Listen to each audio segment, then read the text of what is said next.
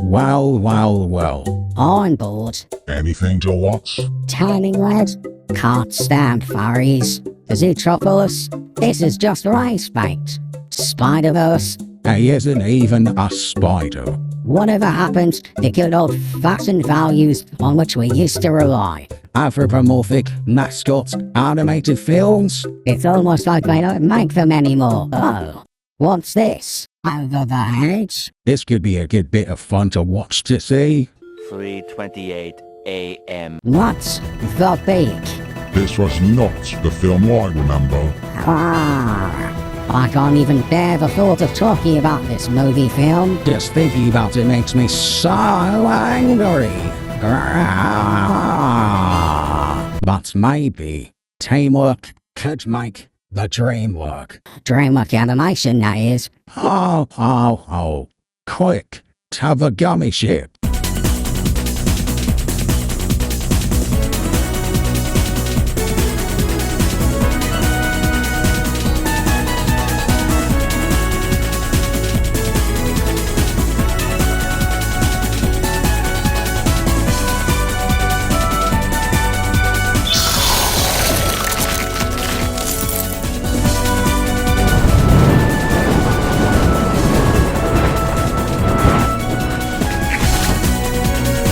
Once an idea has taken hold of the brain, it's almost impossible to eradicate.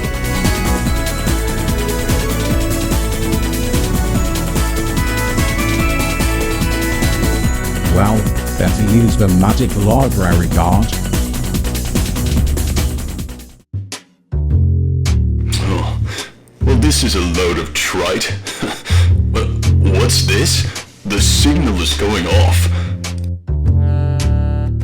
Dr. Icepeak requests my intellect dissecting Over the Hedge by DreamWorks Animation?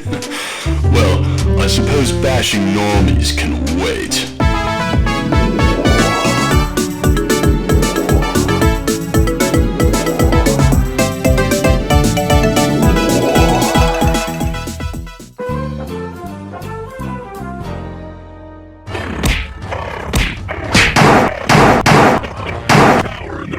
Of my might, feeble creatures.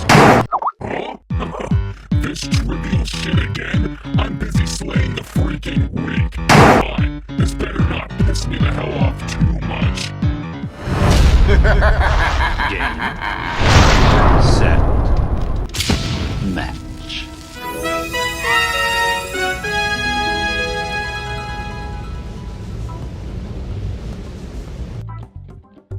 I had to take a break from destroying worlds to be here, but I must say, you could say this is exciting for me. Another channel to conquer in my quest to conquer every YouTube channel on YouTube.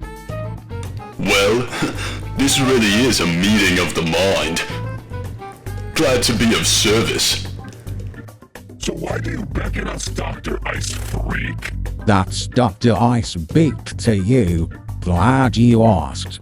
Do either of you fellow persons remember the movie from the animation DreamWorks with the raccoon and amphibian? I believe what you're referring to is a reptile. Yeah, that movie. Over the Hedge by DreamWorks Animation.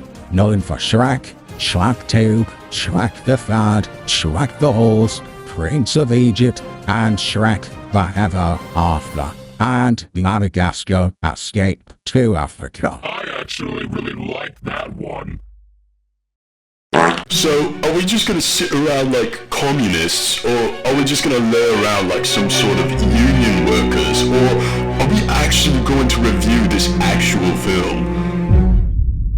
Good question, Stoic.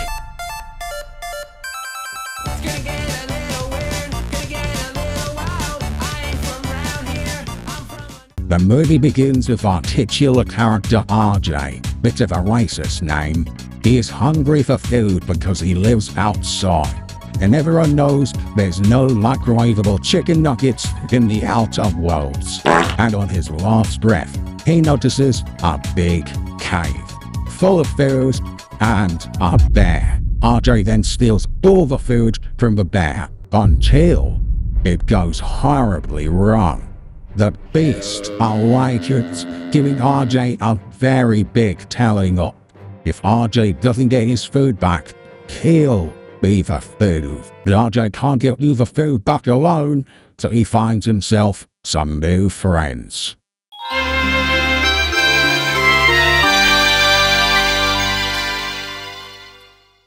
First of all, let's get over the main cast of characters we're dealing with.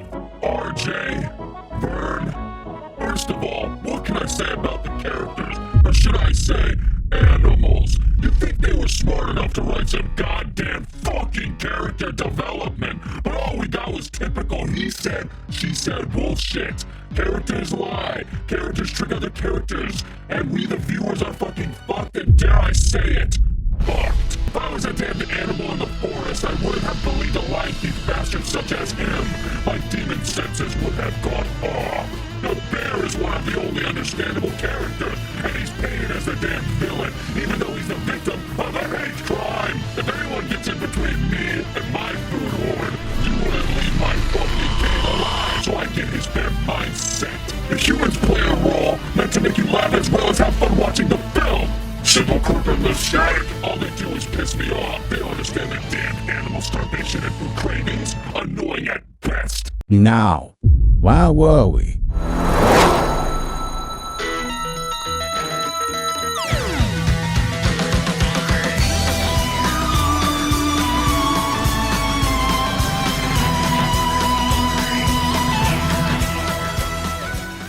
All the over-the-edge characters are looking for food, but they have none, and this is where we're introduced to our titular character, the Hedge.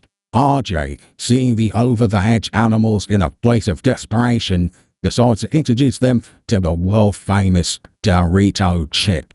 Made of tortilla, I might add, with his master plan in motion, and his own Overwatch team, like the game Overwatch, RJ gets to work with the filthy creatures to steal as much food from the suburban people of the city as possible. RJ then takes them to the big city life, showing them the world over the hedge.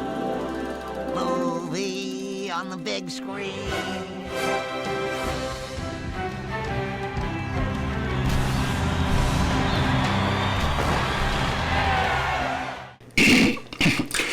Alright then, let's talk about America, or more in specific, American suburbs, as is the main location for the film setting. Urban sprawl is broadly defined as when you get single-family zoning that results in entire districts of inner-city land looking like this. Not to be confused with suburban sprawl, which is a sprawl of the sub. It's important knowing the context of the situation the animals have found the predicament to be in. It's not good. For an animal, you would have to travel extremely far to get to any grocery store, as not the case is with humans, since my dad actually owns a Hummer. But let's be realistic. The film portrays this rapid urbanization as to have happened over the course of one winter, since the animals stay as such during the first scene when they're introduced. The film, however, chooses not to address this issue. Not that there is any issue with urban sprawl if you own a car and aren't a bus humping commie, but as a clear leftist humanitarian nudge towards the dangers of land development, you'd think DreamWorks wouldn't be so spineless in its commentary. I guess it makes sense since all the characters are woke pussies, but I'm getting ahead of myself. What?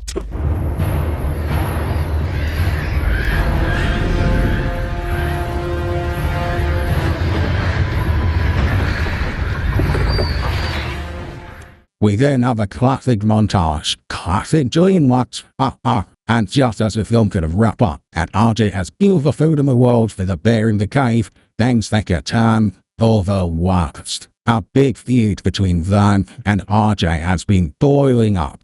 Every step of the way, Vern has become more and more frustrated with RJ. As he sees past his schemes, he thinks, be a bit naughty. and doesn't trust his tail one bit. Vern decides he's had enough of all the mischievous nonsense caused by the mischievous raccoon, and decides he's returning the mischievous food once and for all. But without knowing it, this could have been the biggest mistake of his entire life. Mistake that would pay 10 with live action. What a fucking joke! They then end up in a big battle with a dog, similar to Dragon Ball Broly. The classes must team up against a bigger threat. If things don't get better, in real time, it's actually worse. They end up high in the air and lose all their food they once had. Vern's request, but maybe not as he wanted. They return home very exhausted. Everyone is confused what happened to all their food. When they find out that Vern's honesty, they aren't too happy, and sympathize with our titular character, RJ the Raccoon. Typical sheeple. Just like when progressives, when they sympathize with drug abusers. RJ feels bad. He knows Vern was doing right, but he made him look bad, and he knows what it's like to be alone. So he makes up with them and plans one final master plan to deceive that crazy bitch in the house over the hedge and beats the Terminator at his own game. After Mission Impossible, they have one final thing to do before the mission is over. Operation Get the Spuddies. What are Spuddies? Which are a complete rip-off of Cats. Original, by the way. I swear, the copyright on this movie is through the roof.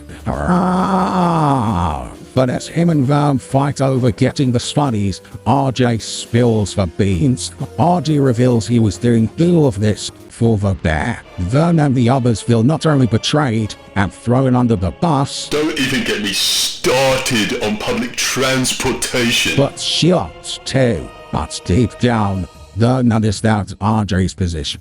At this moment, things could not get any worse. The angry bitch wakes up and everything goes horribly wrong. Everyone gets caught by the Terminator, even Vern. But RJ is nowhere to be seen as he runs off with the food, scared and afraid, and also betrayed, because he betrayed his friends. RJ delivers the package to the bear, right on time I might add, but as he looks back at his actions, and looks back behind him, he sees his friends in an animal vehicle prison. RJ can't stand himself anymore. He's had enough.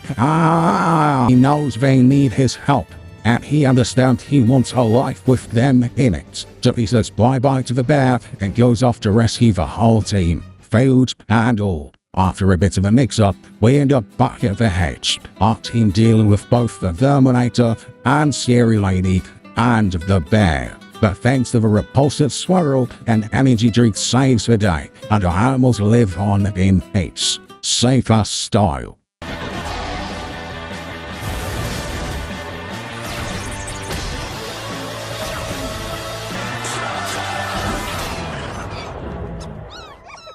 Overall, the film has a very not bad feeling to it. The animation looks good and is not of an open season, and even open season 2. The Terminator is voiced by Soundran from Spider-Man. The soundtrack sounds good in my ears.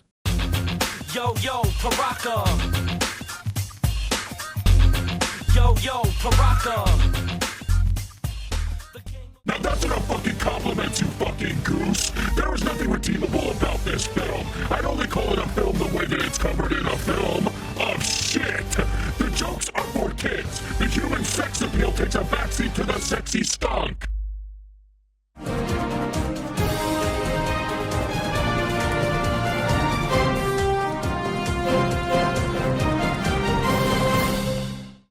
Let's get this perfectly fucking crystal clear.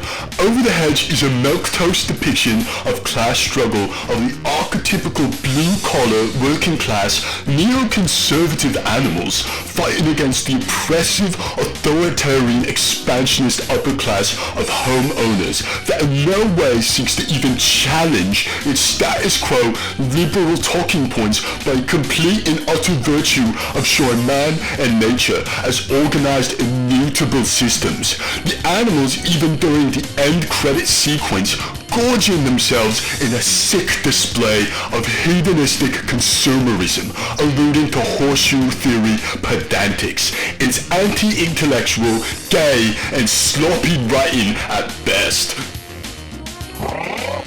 So there you have it. Over the Hedge by DreamWorks Animation.